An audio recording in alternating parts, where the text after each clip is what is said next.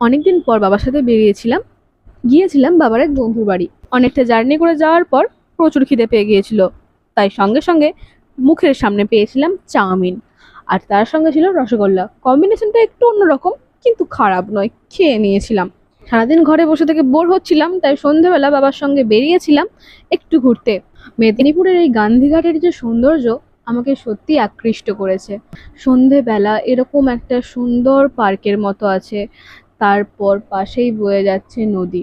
নদীর ঠান্ডা হাওয়া সঙ্গে বাজছিল সুন্দর সফট মিউজিক, আর চোখের সামনে এরকম কাপেলদের হাত ধরে ধরে ঘোরা দেখতে খারাপ লাগেনি। কম্বিনেশনটা ভালোই ছিল। ভালো করে ঘুরে কটা ছবি তুলে সন্ধ্যের সময়টা কিন্তু বেশ ভালোভাবেই কাটিয়েছিলাম। পাশেই চোখে পড়লো একটা মন্দির। মন্দিরটা কিন্তু বেশ সুন্দর। এখানের মধ্যে এই জায়গাটা বেশ ভালো করেই সাজানো হয়েছে, তাই একবার চললাম শ্রীরামের দর্শন করতে।